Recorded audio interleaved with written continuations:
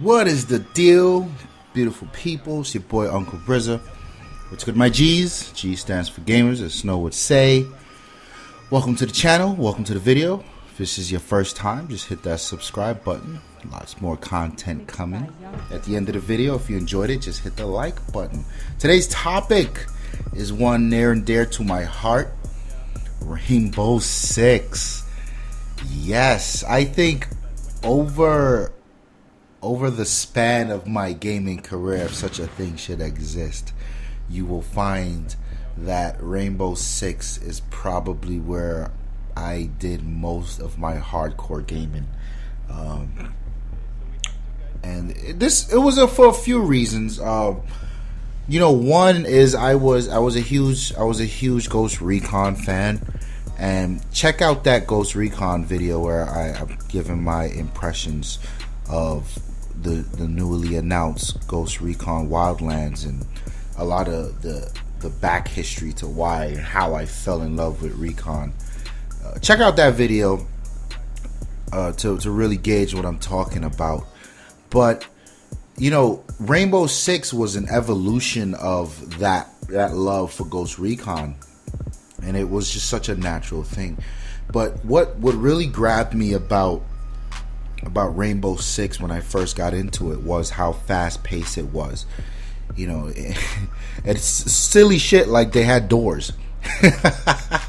Recon never had doors, you know what I mean? Like, you're playing Siege and Ghost Recon and you gotta be a super shot to come through and get somebody. Here it was like, nah, just close the door in their face, or put C4 on the door and turn your thermal vision on and wait for a motherfucker to come open the door.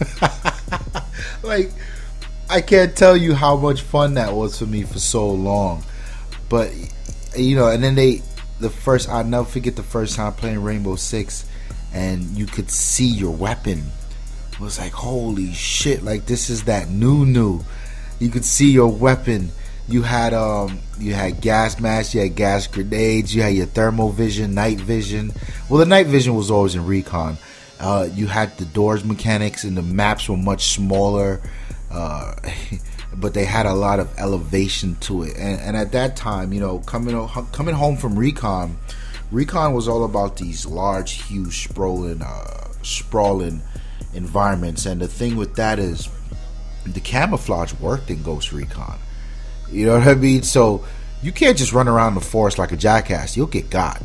So hiding behind trees, laying down, all of that shit was very much a thing. In Recon here, it was like, nah, son, it's get your game up. It's run and gun. It's tactics. It's hide on that corner, peek out, shoot a motherfucker, peek back, go around it.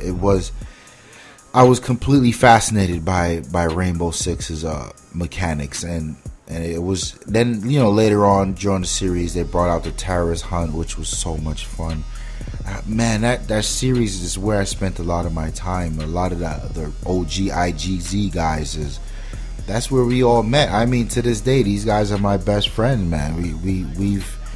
We've been gaming online for hours, for days at a time. It's just I'm very attached to this series, just like Ghost Recon. Very attached to these games, and we haven't seen it in a while, And it's one of those shameful things where every E3 you sit back and you say, okay, somebody please, can I get a rainbow? Please, can I get a rainbow? You never got a rainbow, and then they announced some fuckery, and then they delayed it, and they showed us a CG trailer of some fuckface in an apartment building on a bridge or some shit, and then that never happened. And then this came out, and I was like, okay, they took it in a different direction when we first saw it. It was they really took it back to the tactical aspect of it, and I like it. You know what I mean? I really do like it, and I don't think the series lost its way. The series was just lost in general. So it's very hard to say they took it back because it never really got away from it. But it's good to see it today, and this type of game almost does not exist right now. I guess the closest thing we would have to this is the Battlefield Hardline campaign, and I haven't played it. I heard it's mediocre. It's whatever, but it's good to see this here. And right now you're watching the this is what they showed us at E3 2015, and you can see a lot of the gameplay mechanics going on where dudes are coming from all angles, and the enemies themselves are using some of the same tools and tactics that the Rainbow team can use. And this is dope to me. You get what I'm saying? This is dope. And like, you see that guy just standing there with the shield, like, he has a reason to do that. Like, to me, that's dope. I really like how they managed to capture that and make it very useful. I think it's gonna be a treat for sure. And a lot of Jack Frost's videos that we've seen before the game got pushed back, where it was the PvP. I like what I was seeing. You know, the guys were storming this plane, and of course, in an airplane, there's so many different compartments and doors and ladders and shit, and all of that was accounted for in the strategy. And you can barricade shit up, and I really like where they're going with this. Now, what I'm still sensitive to is I always pay attention to the action and how fast paced it is, and I think that is what makes Rainbow is that furious pace. You know what I mean? You get this realistic physics model and the gun mechanics, but it's super fast, and you get this adrenaline, and that's what I fell in love with the series. So when I watched a lot of Jack Frost's impressions in his videos and see him actually play the game, I was very relieved to see that was still in the game. That was still a huge part of this game's DNA. I'm not too crazy about the toys, that a lot of the toys they got. Like right now we're looking at this I don't know what the fuck this is, like a remote rolling camera or some shit. To me, this is, like, how the fuck did that guy right there not see this camera? Stupid shit like that I could do without. Like, there's a barricade right there, but it's just enough for the camera to roll under. Like, no, you barricade the whole shit, ass wipes. Who leaves space for somebody to creep a goddamn camera under the, neither here nor there. I could do without a lot of this stuff, but I'll buy it if I know that it plays into look, like, how the fuck does he not see this camera? That really bothers me, by the way. But I'll buy it if it really plays into this tactical warfare thing, and blowing holes in. Well, look at this guy right here, boom, knocks the wall down with his hammer. I like shit like that, man. I think that's dope. I think that's something we're missing. And Snow's done a few videos on this, a few impressions or thoughts with this one life, this YOLO type of gameplay, where there's no respawns. Like, you take your time and get it right. There's one of those modes, and is it Hardline, and that shit failed miserably. I remember, what was it? Medal of Honor had one in there, and it failed miserably. And I get it, right? Because not everyone's gonna be a superstar. Not everyone has patience, and the problem with that is, when you die, you literally sit there and you watch other people for like fucking 6 minutes. That shit's not fun. For me, it's not an issue, because when I die, I'm taking at least 3 or 4 motherfuckers with me. So I pulled my own.